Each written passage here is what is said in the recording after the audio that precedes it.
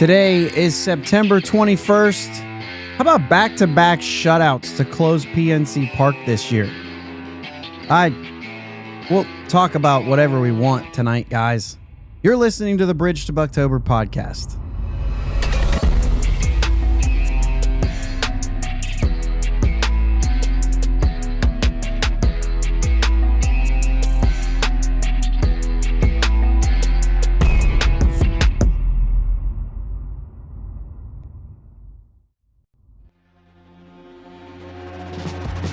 Yins, guys. Thank you for listening to the Bridge to Buctober podcast, where we talk all about them Pittsburgh Pirates and that. My name is Josh. His name is Jake. How you doing, Jake? How we doing, man? I was going to let you talk so I can take a drink. I got you. Well, I'm talking.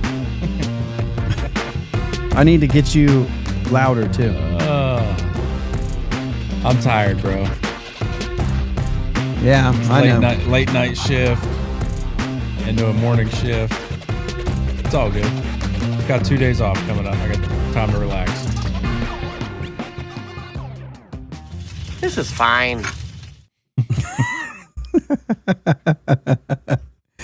I feel that. How about back-to-back shutouts? We're going to talk about that today. We're going to talk about see that. Rafael Flores' debut. We're also going to talk about Ben Cherington. Had a press conference and had a couple things to say. We'll talk Don Kelly. We'll talk a lot of shutouts. There's your summary, right? You watching the postseason? Heck yeah. Why wouldn't I? Or not? It's not the postseason. I mean, I'm sorry, not the postseason. Are you watching this race to the postseason?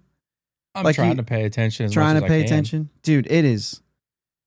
The American League is nuts. There's some drama in the National League. It's getting, not for us Pirates fans, unfortunately, but it's getting pretty exciting down the stretch. You want to do like the postseason storylines in 60 seconds, then I'll get your comments? Sure. Let's see if I still have that timer. Wonder if that timer still works that I have here. Oh, it does. All right, Seattle and the Astros. I didn't get a good start to this thing, but they went into the weekend tied for first in the division. Seattle's taken the first two games and check score. It's 7-1 Seattle. They put up 7 runs in the second inning. Seattle finishes with Colorado, and Houston plays the A's, but then Seattle plays the Dodgers and Houston plays the Angels. So still a very good race. September 10th, the Guardians were 75-71, 9.5 games out of the Tigers. Tigers had 84 wins. Cleveland's now 84-72. They just snapped a 10-game win streak, and now they're 1 game back, and they play each other this week.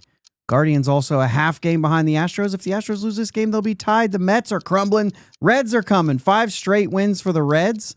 Mets had a 4-game lead on September 6th. Reds were 5 games back. Now they're tied for the last wild card spot. If the season ended today, the Reds have the tiebreaker 4-2 against the Mets this year. So you got 2 guys with the wild card spot in the National League. 2 guys. I finished it. That was all I had to say. Now it's just dialogue. Had to clarify that. Yeah, I had to clarify that I actually made it. Yes, I actually made it. But listen, this is nuts because now we have 4 teams basically for 3 wildcard spots, assuming that Astros in the 7th inning don't come back in this game. Right. Then you have that last wildcard spot kind of up for grabs with 2 teams, and I actually don't know about the tiebreaker on that side. I don't know about the Guardians-Houston tiebreaker. Dude, you know what's nuts though? Like, the Guardians are no good. They're the Pirates. Yeah. We pitch better than them. And it's like the Pirates lineup plus Jose Ramirez. Do you remember last year when I was talking about the Royals making their way in and I said they have Pirates statistics plus Bobby Witt Jr. And that one guy makes that big of a difference. Plus, one more thing, the Royals last year were 12-1 against the White Sox. Their division's bad. Really, the American League is kind of bad.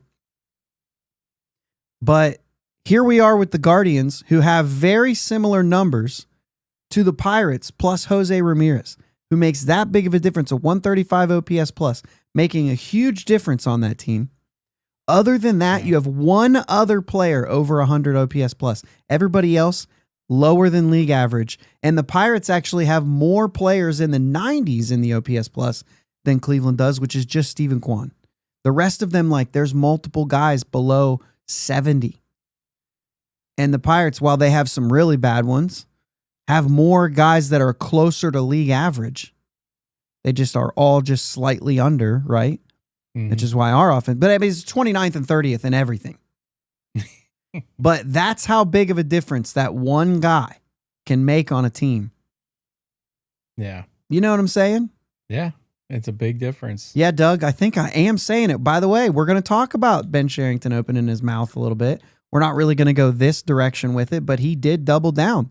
And I got to be honest, we've talked about it a couple times, and I know we make jokes about you don't have to squint very hard, but if you do have to squint very hard, you probably just don't have the vision that he has, which is also could be another joke.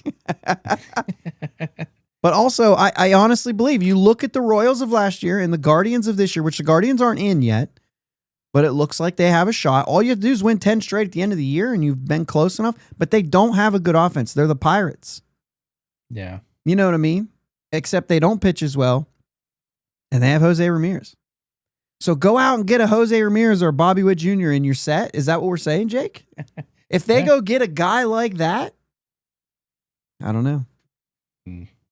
I mean, the right guys have to get hot at the same time, too.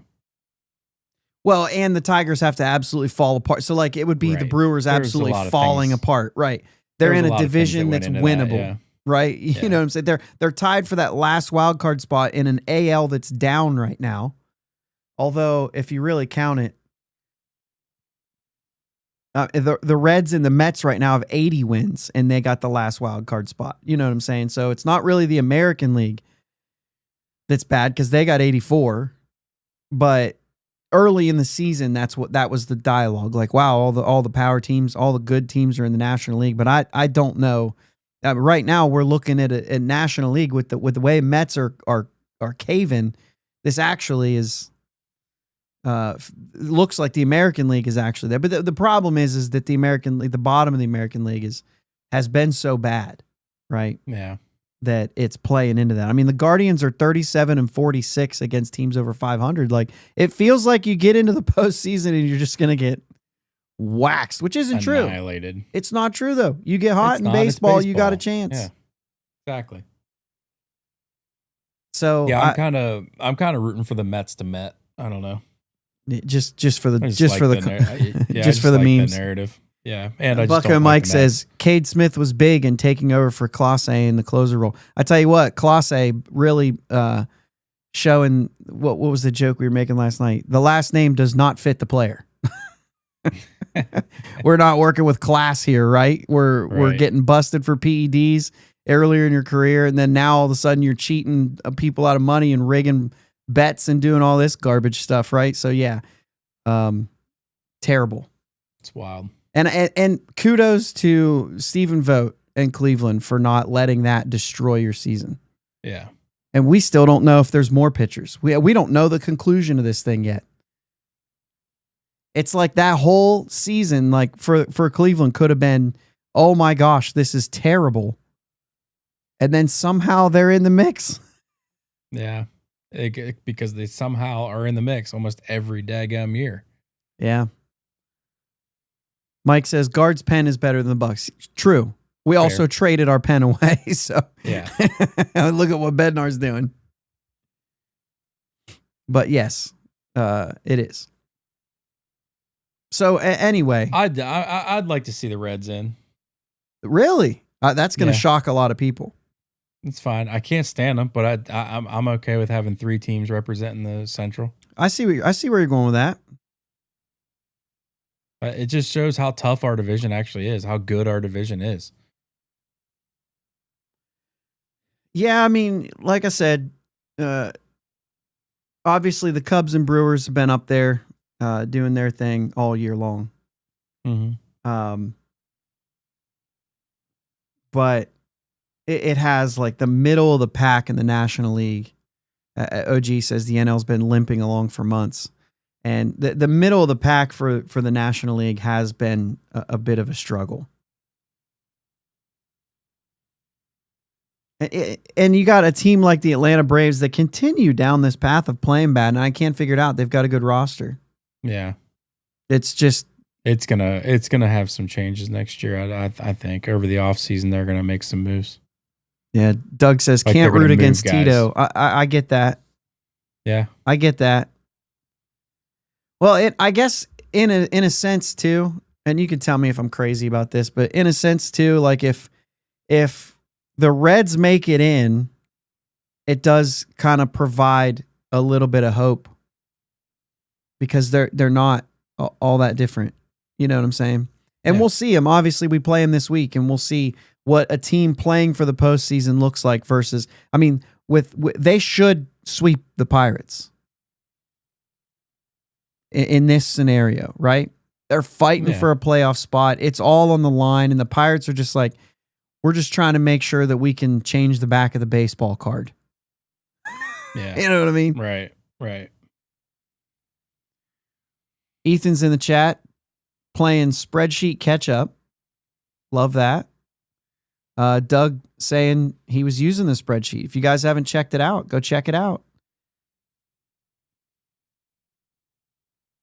I was texting a little bit with Doug. He was telling me about that. But what's up? Do we have Skeens going against the Reds? I believe so, yeah.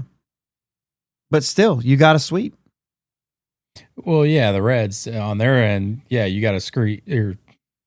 I don't even know what that means. You got to sweep, but also, I mean, he's one of the only players on our team playing for something. You know, he's fighting for his Cy Young.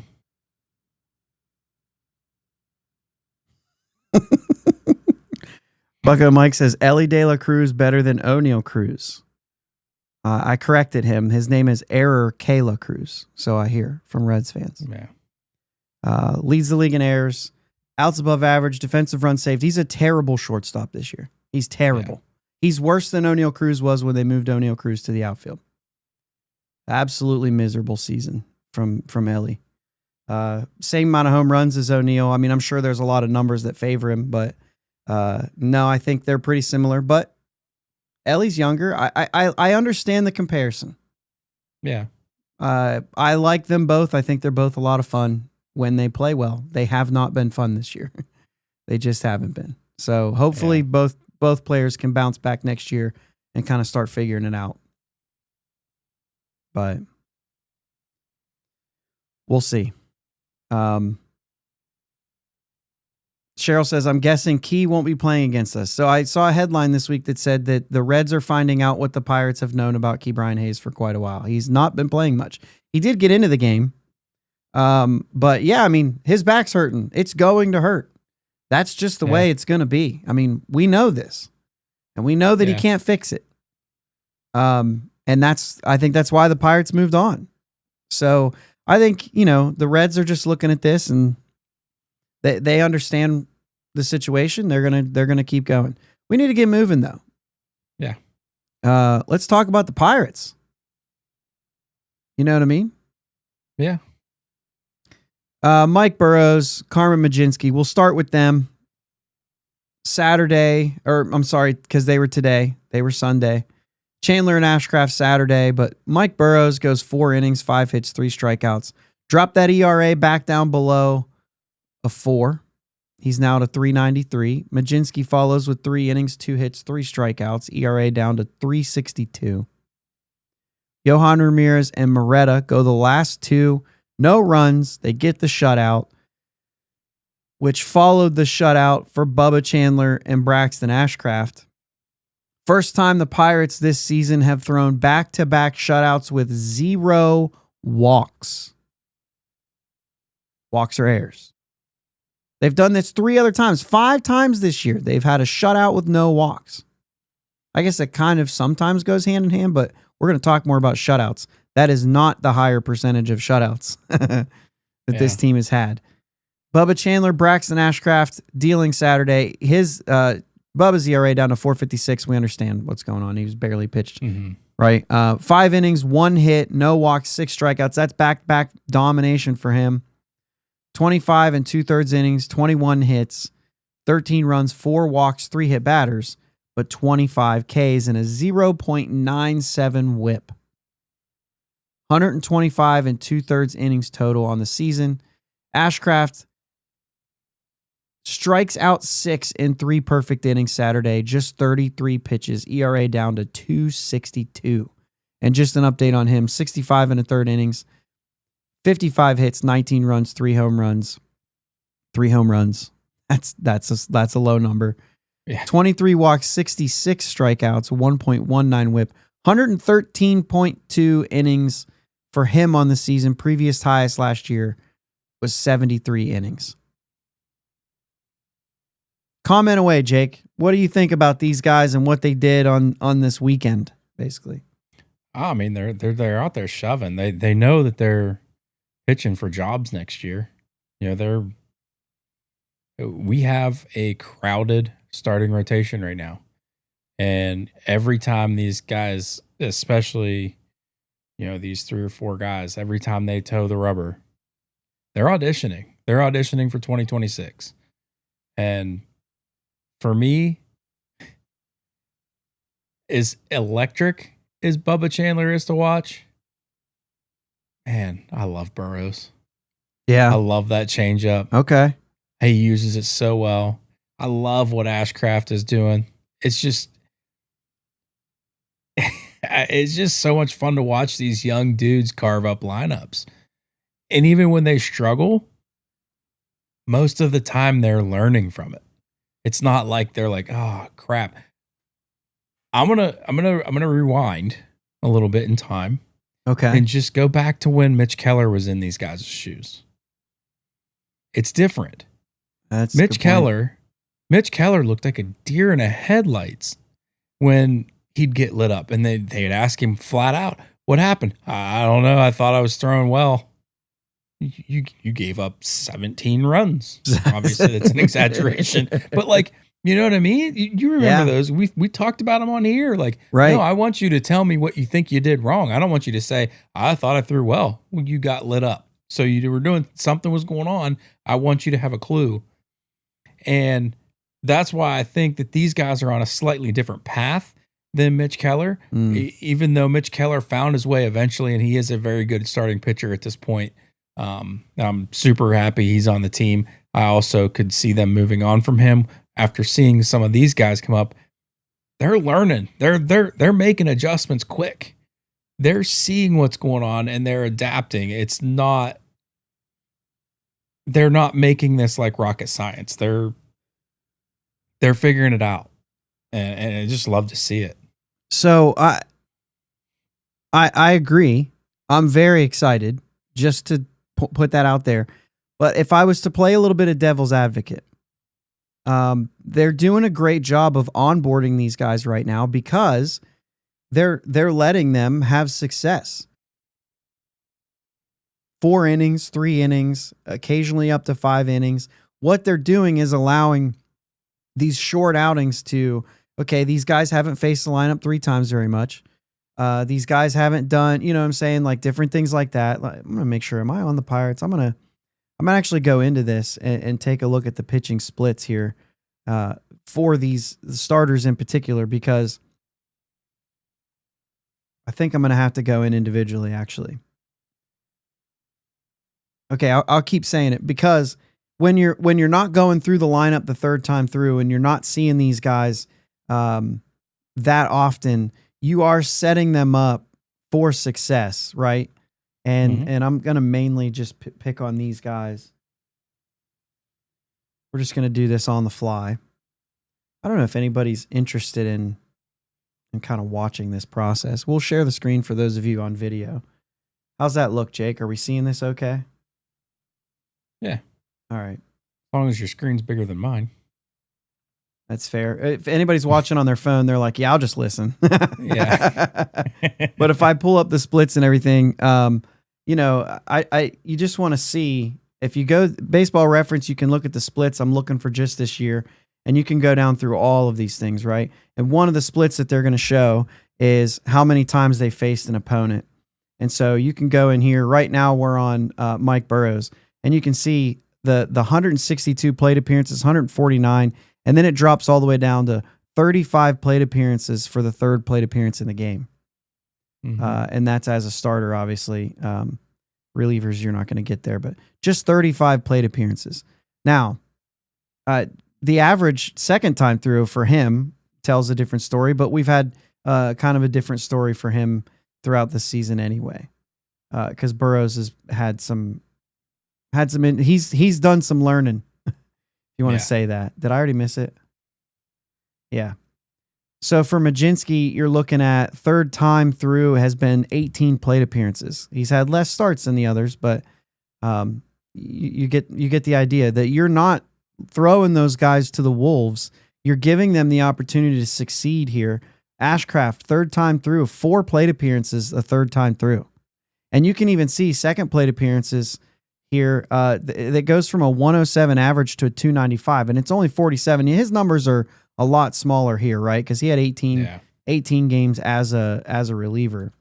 And then Bubba, who's barely pitched, we can go look at the same thing, but we know where this one's at if he's even faced anybody a third time through.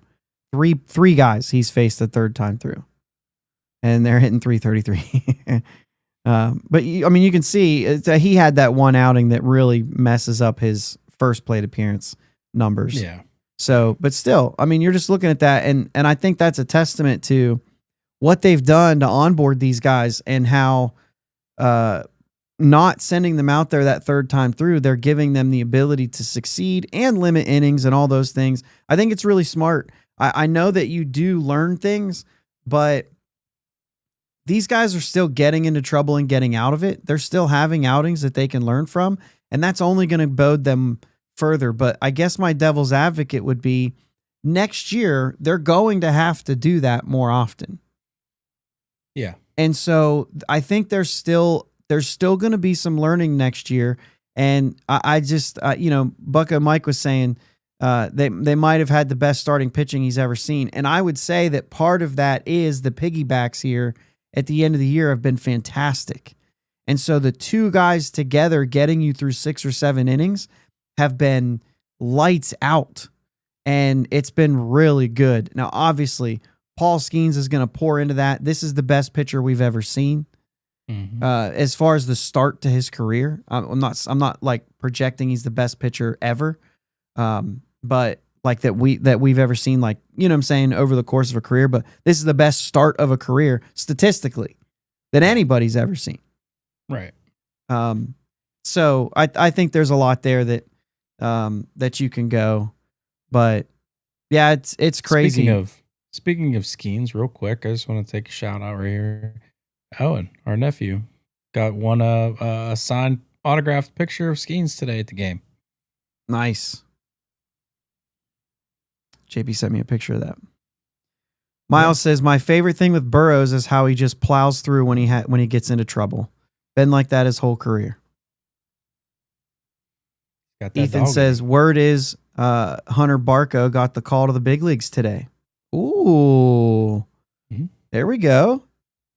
Shout out Action Sports Jacks, if that's who is dropping that news. But that'd be nuts. We've been seeing some real 3-inning outings from him. And so, yeah, I'd like to see him get a little cup of coffee, a little start here. He has to be added to the 40-man anyway, as Ethan and I talked about when he was on the show. And so, I love that. Bucko Mike says, Blyleven, Candyman, Kyson, Don Robinson, Rooker, 1979 starters versus Skeens, Keller, Bubba, Burrows, Ashcraft. Dude, that's crazy. Ashcraft or Majinski. Oviedo instead of Keller. Then Jones coming back. Yeah, Oviedo's not even on that list either. Right. So there's a lot to like here. Like I said, That's 7 legitimate options. And then, we're talking also Barco. So you've got 8 legitimate major league options to start games. Yeah. They're going to probably sign, and if they trade from anyone, they'll sign another one to make sure that they have depth and innings covered. And I think they should. Yeah, absolutely. I mean, you saw the Dodgers this year. It can happen to anyone. Yeah. They went through 8,000 pitchers. Yeah. So, really good stuff from this starting staff. Let's go ahead and talk a little bit about what's been really good about them as we double down here. Oh, I didn't say that. It was a tweet. Right. That's right. You didn't say it. It was a tweet. Action. What was it? Action Sports Jacks said it. Good call out, Ethan. We're not going to. He's like, I didn't say it. I'm quoting a tweet. That's fair. I should just find the tweet and we won't even credit you at all. So, yes, we're good. Yeah, I know. Pirates won't win 70 with the rotation. I know. So let's talk about it. Pirates have 19 shutouts this season, Jake. The Tigers are next with 17. Guardians just shut out the Twins twice on Saturday where they had a doubleheader, and they have 16. So the Pirates have the most shutouts in MLB. I think it's probably safe to say they will finish with that. I mean, it's not a guarantee. They're only 2 ahead, but they might throw another one. They've been that good. Yeah. And well, they've also, speaking to what you're talking about, Mike, here, they've also been shut out the most. They've been shut out 16 times this season. A's 14, 2 of those were this weekend, and the White Sox 13. It's safe to say they'll also take that one. Yeah. Side note here, can you imagine being the A's, playing at PNC Park after playing in that minor league stadium where the ball flies all year? Like, this offense, everybody comes in like, this offense is fantastic. They scored 4 runs in 3 games. You know what I'm saying? Like, it's one of those things where it's like, yeah, they're a really good offense. Well, they haven't faced us. I mean, there's a little bit of to your own horn there, but there was that thing going around that I forget who it was. Somebody called Aaron Judge out and was like, yeah, but he gets to hit in that small ballpark. And it was one of the A's or an announcer for the A's or something like that. Yeah. And I looked it up, and if Judge had 48 home runs, but if he played in the A's park in Sacramento every game, he'd have I think it was 64. Oh my gosh. It was a massive difference. And it's you can't talk like that. Yeah. That place is just, a ball just flies out of that park. Yeah, it's ridiculous. So I did some research, and I hired Copilot to help me out with this. I informed it to only look at baseballreference.com because you have to do that or you'll get crazy stuff. And it actually takes long to look up stats, Jake. It takes also long to actually get AI to spit out something accurate. There's just information everywhere, so you never know what they're where they're going to get it. So it's not just an easy thing, but I was able to utilize Copilot to help me out a little bit, so I didn't have to sift through page after page after page after page of Baseball Reference, which would have taken me probably 12 or 13 hours to do it. So either way, no team in the last 30 years has led MLB in both shutout wins and shutout losses. They've had 35 total shutouts they've been a part of, okay? Mm-hmm. It's the most combined shutouts by any team in the last 30 years. All right, so I went further than that, obviously. No team in the last 100 years have led MLB in both shutout wins and shutout losses. I did stop there. Let's talk about those 35 combined. The 1963 Mets had 30 shutout losses and 5 shutout wins, which totaled 35. The 1968 Indians had 24 shutout wins and 10 shutout losses, which is on the opposite side, which equals 34. And then a couple other ones. 2013 Marlins had 21 losses and 6 wins, which was 27. And the 2016 Cubs, 15 wins, 8 losses to equal 23. This is rare air, what they've been able to do here. No team has dominated on the pitching side and been this bad on the hitting side in the last 100 years. It felt crazy coming into it, and I will tell you, Dang it, Bobby. it's crazy. I saw that, Martin. I had to throw it out there. He said that's a dang it Bobby stat. It's quite incredible, and it makes what we do on here very difficult because I don't have a lot of words to even talk. This is so rare that I'm just like, I'm dumbfounded.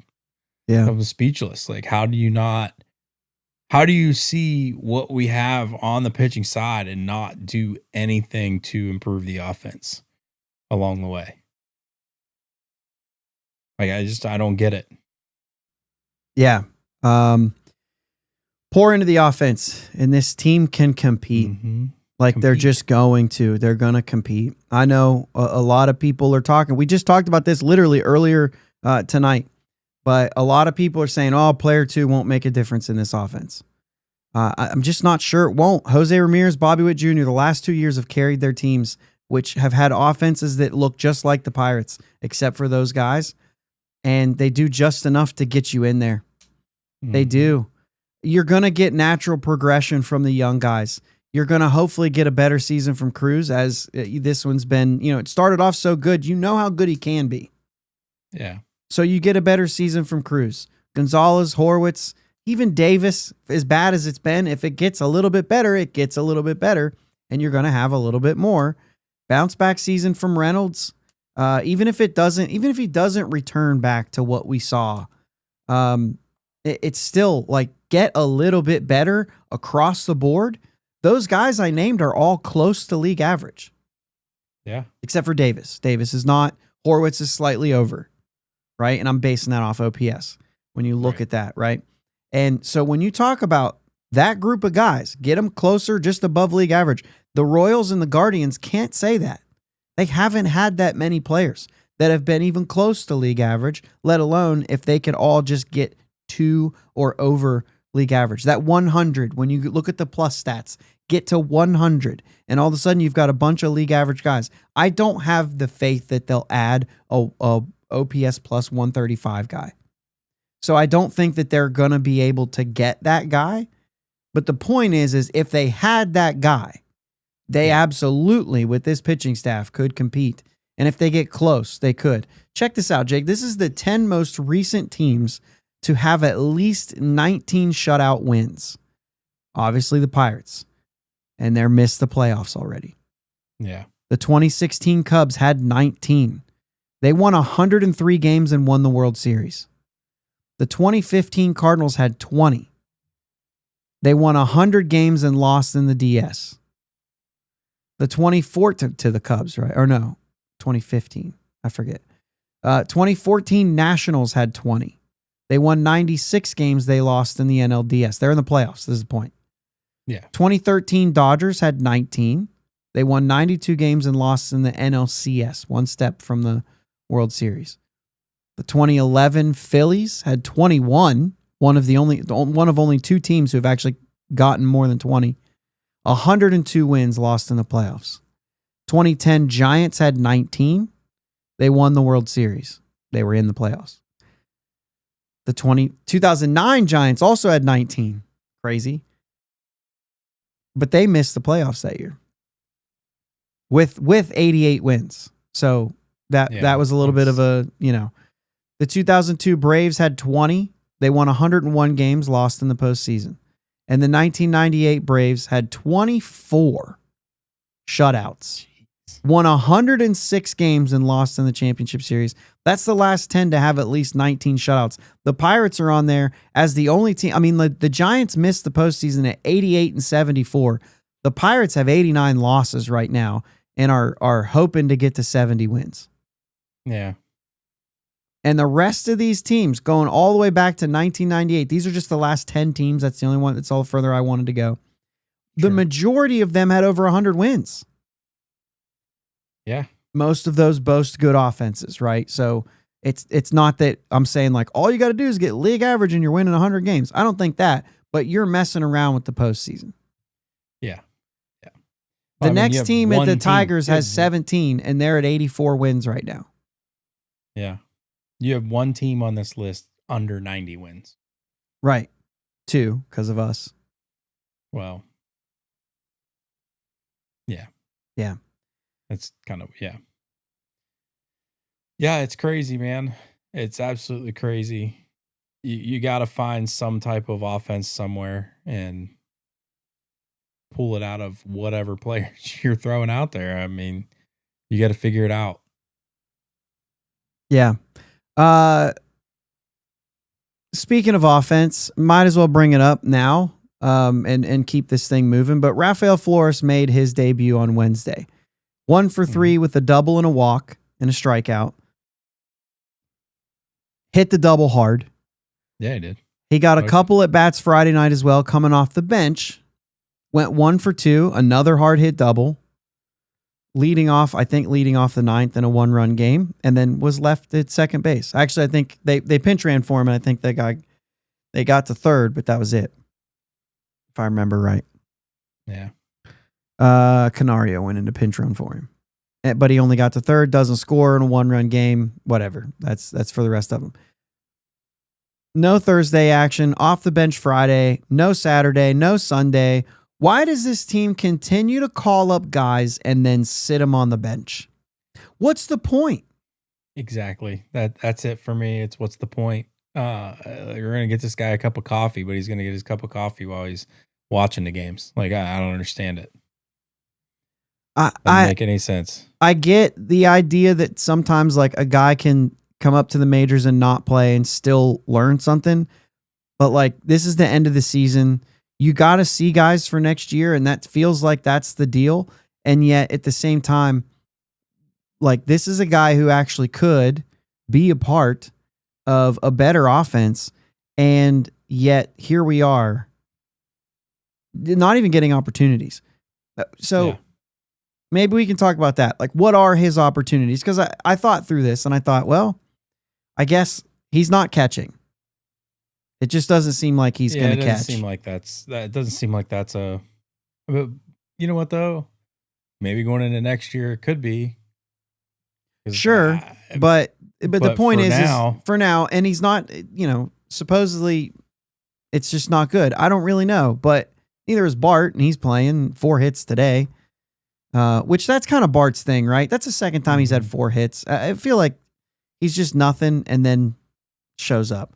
Has So, a good day. Yeah, has a good day, and that can happen. But either way, it's you call a guy up, you want to see him get some at bats, give him some at bats, and you don't want to take Horwitz out. He's also developing to a certain extent, and maybe it's the last home series of the year.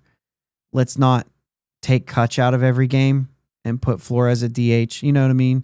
So I Yeah. guess I can see that a little bit, but we're going to find out. You finish the game with 6 road games. He should start at least 3 of those at DH. If there's a lefty on the mound, he should start at first base. Not because Horwitz can't hit lefties. We also need Horwitz to hit lefties. But like for the last 6 games, I'm okay losing those at bats Yeah. against lefties if we can get Flores in there and let him hit a little bit. Yeah, You know what I'm saying? Like, this guy's got to do it. Martin says, I wish Flores could play third. I kind of don't, because I don't need them with another cop-out not to go buy a player.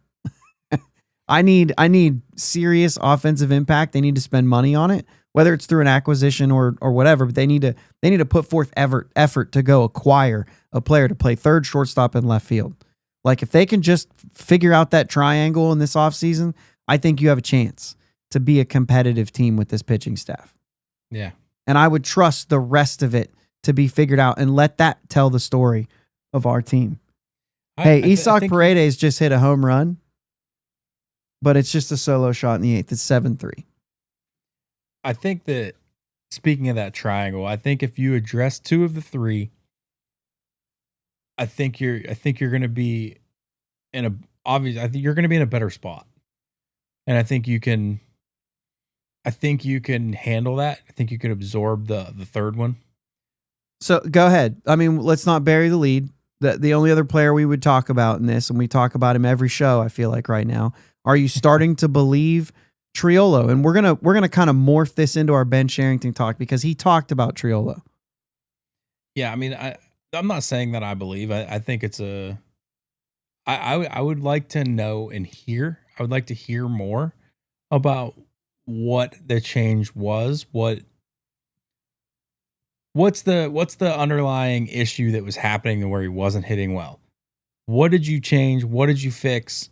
Was it your hands? Was it your load, your timing? Like, what was it that you changed? Because I am guilty that I haven't paid as much attention as I could or should, but I want to hear what was changed because I'm just seeing the ball well right now. Okay, well that could be a fluke. But if you went in swing decisions, right? He was honing in Yeah. on swing decisions. Yeah, Which is development, by the way, guys. It is. But what I'm saying is it something that's a lasting impact, or is it something that is more of a Band-Aid? If that's what you kind of see, like, get where I'm going with this. I'm not wording it greatly right now, but is this gonna pay dividends into next year? And unfortunately, the only way to know is to find out. Well, it's the same thing. So, like, if you remember a couple of years ago, it was all smoke and mirrors. The hits were the BABIP was way high. It wasn't sustainable. The things that he's doing right now, as far as like analytics and yada yada, those things do look like they will carry over. That doesn't mean they will. Like, you still have to execute. But those types of things that he's doing well, they do project to carry over. However, I just don't know that it's not a hot streak. Right. You know what I mean? I feel like it's still a hot streak. I don't know though. It's okay if he proves me wrong. I would rather not think about it. When you have this pitching staff, I'd rather go out and give it a shot at somebody that should be good. Yeah. Not somebody that I'm hoping is good. I already have enough of that. I've got enough of that. Martin brings up one. I'm concerned about Nicky G at second. I'm not. Yeah. I like Nicky G, but there is a little bit of I hope he's good. I hope he takes a step forward. If he doesn't, then you got Triolo. You know what I'm saying? That's where I would like to be. If he doesn't, you got Nick York. Man, I can't help when I watch Nick York play, and we can talk about the numbers and the stats and the metrics and all those things. But like, if I'm just basing it on eye test, I love Nick York. He's a ball player. He plays hard. He puts together a good at bat. I think the whole game is there. I don't dislike backside. I know a lot of people say he doesn't pull the ball enough. I don't care. I think it's a harder thing to go to right field, and he does it with authority and can yank the ball down the left field line for a homer. So like, I really like Nick York. I don't know if he's an everyday starter yet, but I know he's young enough to at least say, man, if Nicky G does fall apart, I've got a guy I feel like I could trust, or I'd at least not feel terrible giving him a shot. Yeah. No, I agree with that. I like York. I like the way he plays the game. Miles says Rosati or Donardo pointed out that Triolo is something around an 865 or something against lefties. Yeah, so I mean, he's always been a guy. OPS. I'm sorry. I actually read that as OPS, and then I didn't clarify that either. But yeah, he says that is OPS. I mean, he's always been like a lefty guy that you put in for a lefty.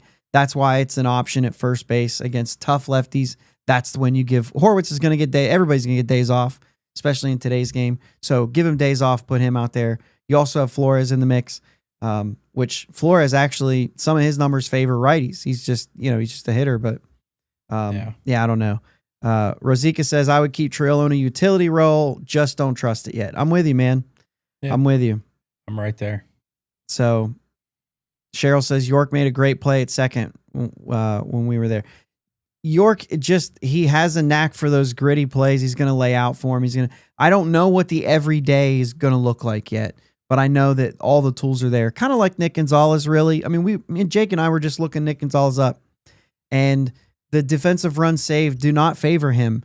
But on the other hand, the outs above average do. He makes the extra effort plays quite often. He makes difficult plays, and he makes them successfully. But there's probably some run cost that happens every once in a while as well. Overall, I think he's pretty good. And you know what? Actually, Jake, we looked at a lot of those. He's been playing shortstop. I don't know what that's done to his numbers and what maybe it looks more like at second base. And, that's something I should look up. But I think right now they're just, as somebody said it earlier, Cheryl says, I don't think Nicky G at short is the best idea. And I think somebody kind of alluded to that earlier. I thought I shared it too, where basically it was like they're just having tryouts at shortstop. Yeah. And I think there's a lot of truth to that too. Right there. It was Doug. Feels like they're having tryouts at short. They absolutely are. I mean, it was Triolo's turn for a while, and then, now it's Nicky G's turn. So I don't know. Yeah. And that goes into kind of what we were talking about earlier too. Cause like Peggy never got a decent run. No, he never did. And that's a guy that they called up and he just didn't get to play very much. Yeah. Yeah, I don't know. Interesting. I'd like to see Flores play a little bit more down the stretch. Man, I'd like to see him in Cincinnati. I feel like he could probably hit a couple homers the way he was hitting. Yeah. Cheryl says, waiting on Connor. So let's talk Ben Cherington. He also said they have to be very careful with Connor Griffin. He also said that he believes Triolo is an everyday player, as far as what I heard. But most importantly, Jake, and you know what? We'll make this really fast and we'll get into our last thing here because we only got a little bit here. But he was asked about his future and whether or not he's going to have a job here next year. And I think that's one of the questions that we've been talking about and asking for quite a while. He said, and I'll just do the quote and then I'll put in my thoughts here and getting yours and all that stuff. I'm certainly doing the job that way. We talk all the time. Haven't heard anything to the contrary. You wouldn't. I'm sorry. I said I would just. Yeah. I don't know if any of this room ever have full assurance of anything, but I want to help the Pirates win more games. I don't do the job because of the job. I do it because I want to be a part of making something work, winning more games, being able to leave PNC Park at night feeling better and everyone feeling better. That's why I do it. I still want to do it. I badly want to do it.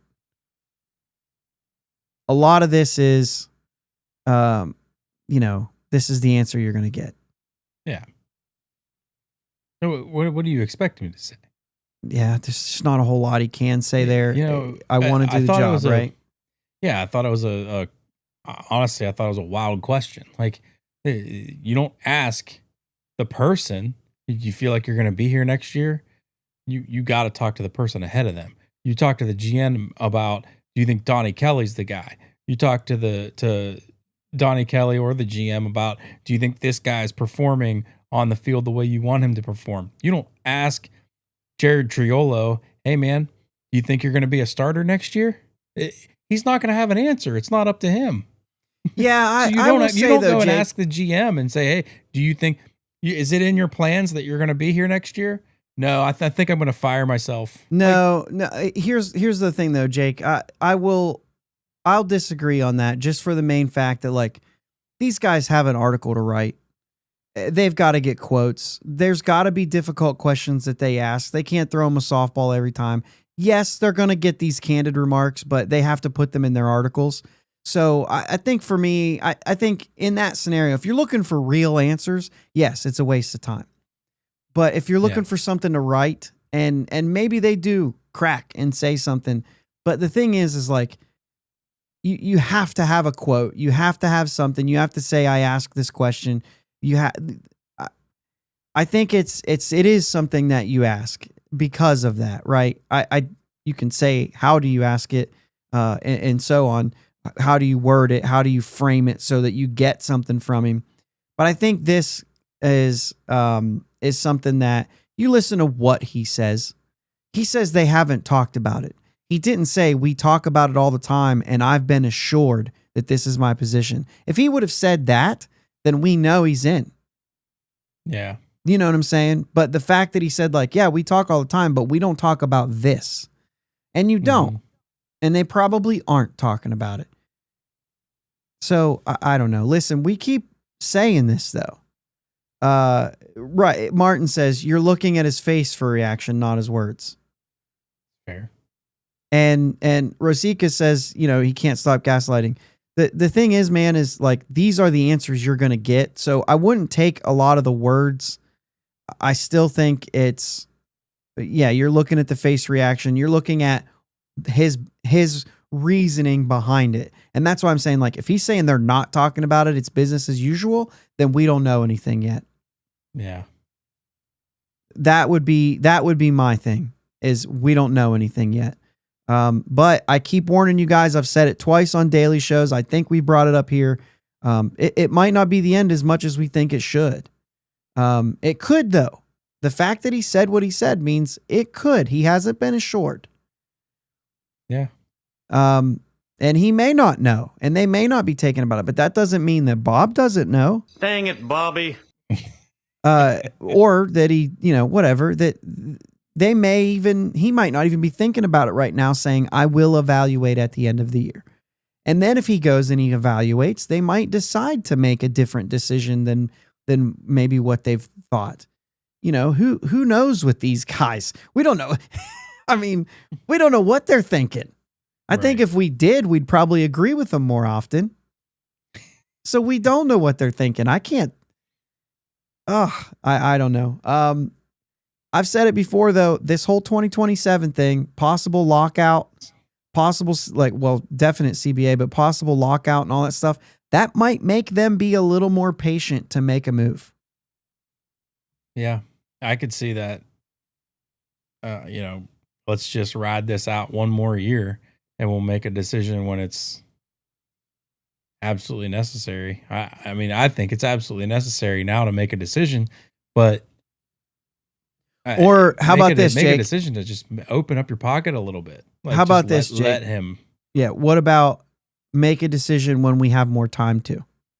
Yeah. When there's nothing else going on, or make a decision when we find out what this is going to look like, and then you can take a step back and say, oh, we're going to get a lot more money.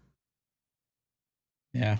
Shared revenue's increasing. Now we can look for a guy who might fit a different kind of scenario, because you might be looking for a different GM, that what the landscape looks like right now versus what it might look like in shortened 2027 or in 2028 or whatever.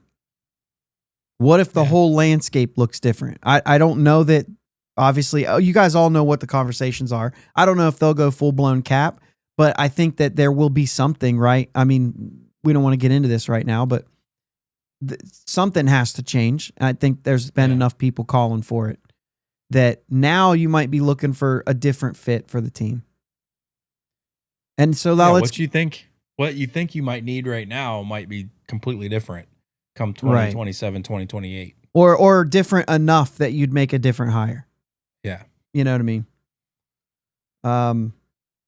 Miles says, fire Travis Williams. Worst home closer gate giveaway of all time today. Okay. I mean, I think this one can be done without Ben Cherington. Yeah. Because of all the things that happened this year, Travis Williams his seat's probably hotter than Ben's, I would think. What was the giveaway today? I'm not sure. I'm not sure. But like I don't know. There was a lot of stuff. But yes, Martin says the whole year was botched on and off the field. But specifically when you're talking Travis Williams, you're talking off the field, right? You're not talking about on the field at all. Right. But bucket of bricks, all the thing. So Clemente on the wall, Clemente sign on the wall with the surf side, and there's a few things that it's funny how you forget already. No giveaway at all last night, which does feel it should be every fan appreciation weekend. There should have been giveaways the whole weekend. Yeah, and anything that they didn't get to give away, well, they won't, because they'll give them away at Pirates Fest. Yeah. Yeah. Martin says he thinks Nutting would get some heat off himself if he fires Ben Cherington. Restore the franchise, Doug says. All right, last thing we're going to get to here, and then we'll get off here tonight. But we want to make a little bit of time here. What about Don Kelly? What do you guys think in the chat about Don Kelly? Is he back next year? Do you want him back? Both things. What do you think, Jake? It's been good and it's been bad, and I've loved Donnie Kelly, and I've been very frustrated with Donnie Kelly. More frustrated than excited lately. Just the way the players are being used, the way we're calling people up and sitting them on the bench, the way it's all these different things, and I'm just like, what are you doing? I honestly got to a point, I think it was last week, and I think I told you, I said, I'm done with Donnie Kelly. I just can't do this. I can't take it. It's just another iteration of what we've had in the past. We need something completely new. We need all this different stuff. And you know, I don't know. Are those decisions even his? Is he being told what to do in certain situations? You know, and we heard Cherington in that same thing that you took the quote from say, you know, he's had to make difficult things, even though might be speculating a little bit, but basically I think he's being a puppet right now just so the GM can get some answers on some players. So can I really be frustrated at Donnie Kelly for the way he's using the roster if the roster is if he's being told how to use it? So there's not even really his decision at that point. The energy he brings, having his players' backs, all that kind of stuff. I love Donnie Kelly. I love what he's bringing to the games as far as that. Get thrown out. I don't care. And he's got what's his face sitting beside him, calming him down. You know, sometimes Gene Lamont. You know, it'd be like, hey, it's not a battle you want to pick right now. This isn't the time. And having guys around like that's been around for so long, it's so critical. And he's just been. I think he's primed to be a head coach. Yeah, I think he's there. After all the good and the bad that I've seen throughout the season, my final answer, I'm letting him be our coach next year. Okay. I'm in. Cheryl says, is it 100% up to DK who plays and how often? No. I would say it's maybe as low as 50%. A lot of teams right now are. I think Donnie Kelly has more reins, or at least had more reins early on than Shelton did. Shelton trusted the process. Whatever the process was, that's what they were going to go with. They had an idea what they were going to do. He had a game planning strategist in the room with them, and they never went away from that plan, or at least it seemed like it, right? And for DK, I think it felt early on like he was saying, if I'm going to do this, like, you got to let me give it a shot. That changed recently, and I would say that's because they needed answers for 2026, which is what I think what you alluded to. What Cherington said, and we were kind of reading into that, is a manager who's on a 1-year deal probably wants to just win as many games as possible. And down the stretch, he's had to play guys. Basically, he's had to accept playing guys that might not help him win, but help them get answers for next year. But this is Moneyball. Like, this is when all that started. If you do have a manager in this league, I think Gary said this at one point this week on Locked On or something. And he said, if you do have a manager who will stand up to a GM, he's likely to just be fired. I mean, you just don't do that anymore. Like, the GMs play a big part in this. It's not just I'm getting you players, you play them how you want. But when the GM's acquiring players, he's acquiring them for a reason. Yeah. And so he should be pouring into how everything is going. If you got a bunch of different guys doing different things and it doesn't work, you're just going to be bad. So they're very intentional. Now, what we're seeing right here is not right. We're seeing, hey, I need answers for 2020, 2026. I know that this guy's not the guy that'll help you win, but I'm putting him. But like a winning team is a team where the GM and the manager are on the same page. And when he acquires a guy, he's actually talking to the manager. What kind of guy do we need? And then I'm going to go I'm going to go get that guy. Now they're working together. Mm-hmm. But once you go get that guy, if you don't play him, then you've defeated that move altogether, which is the Flores thing that we're frustrated about, the Peguero thing. Like, why even call the guy up if you don't want to play him? Right. That tells you everything that you need to know about what they think of that player. Because if they wanted him to win, he'd be playing. Yeah.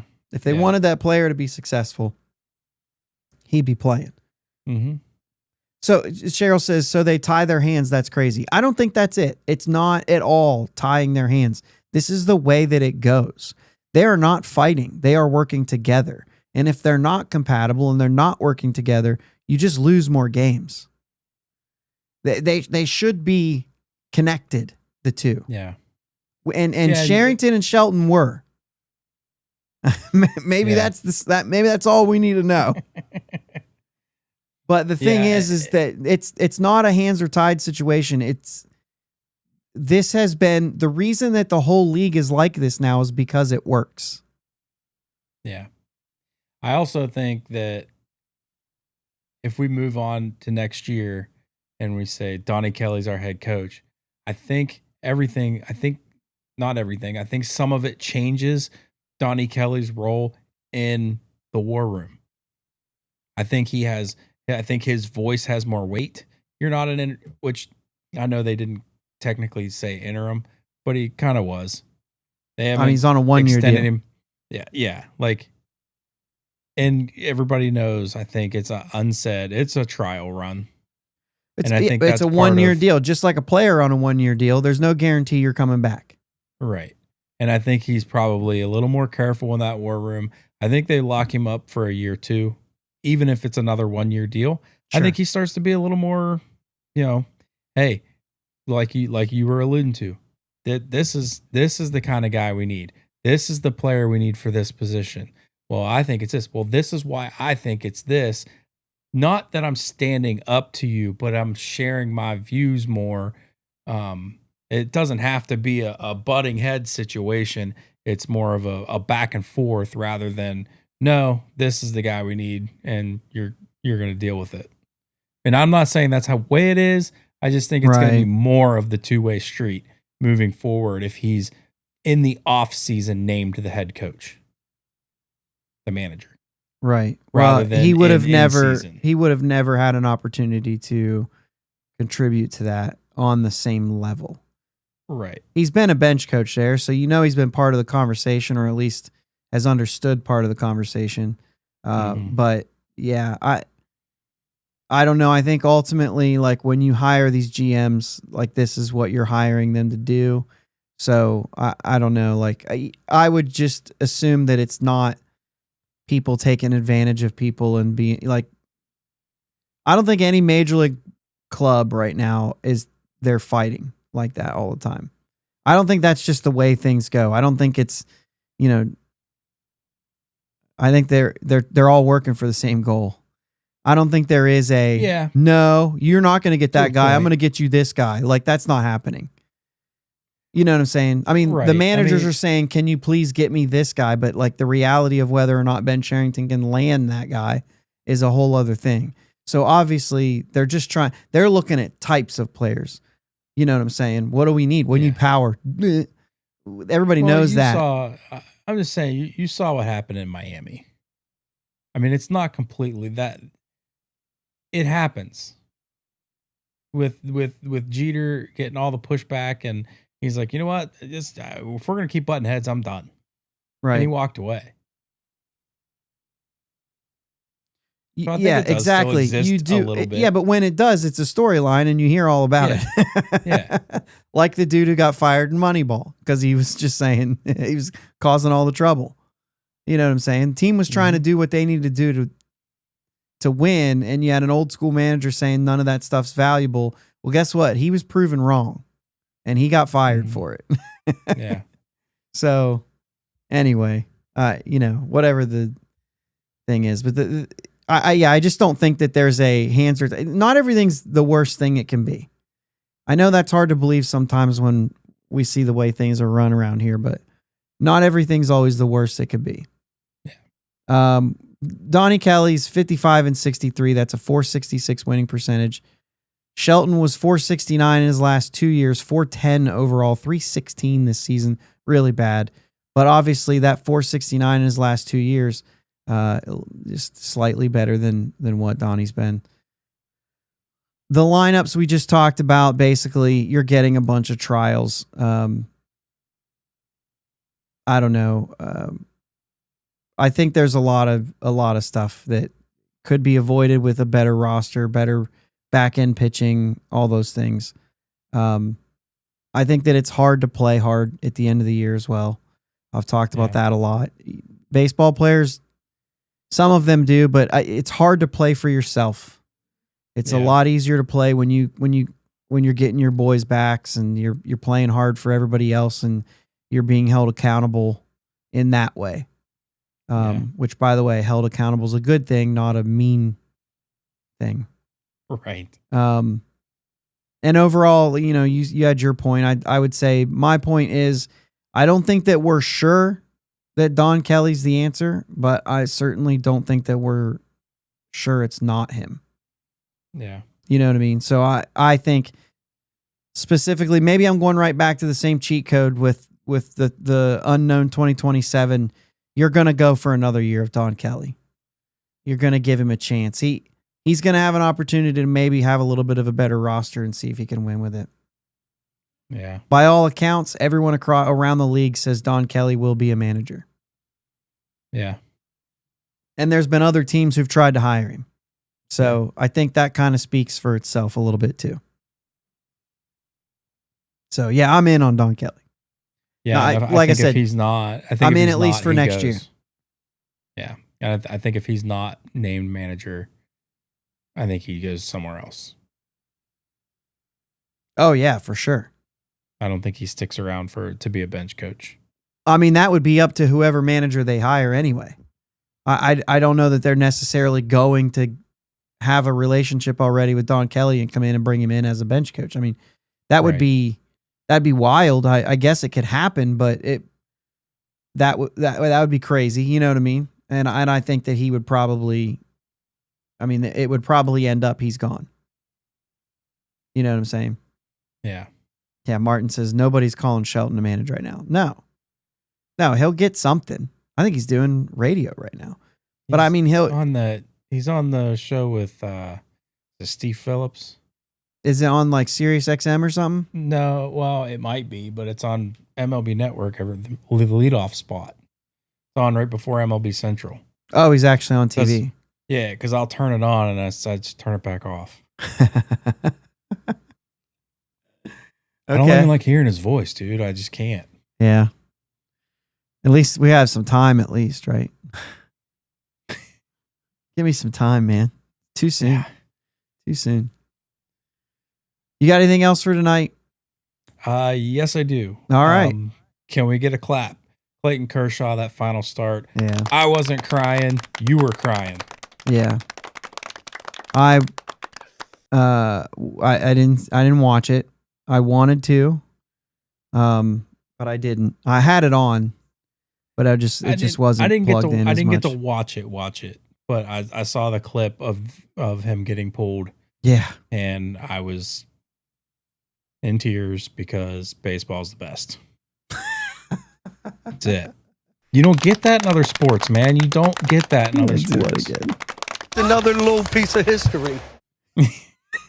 That's all. One of the best to ever do it, man. Absolutely. It's been a pleasure to watch Clayton Kershaw pitch over the years. Yeah, and I talked about this on Friday's show too. If you didn't If you want to hear more Clayton Kershaw takes, go listen Friday. It was before he started, so it was before. But I talked a lot about his numbers and where I think he stands in history. And I mean, to do it all with one team is I think adds to. But yeah, he's best left-handed pitcher I've ever seen. Yeah. And I've heard people have asked me, Randy Johnson? Yeah. Look at the numbers side by side, man. Kirsch is better.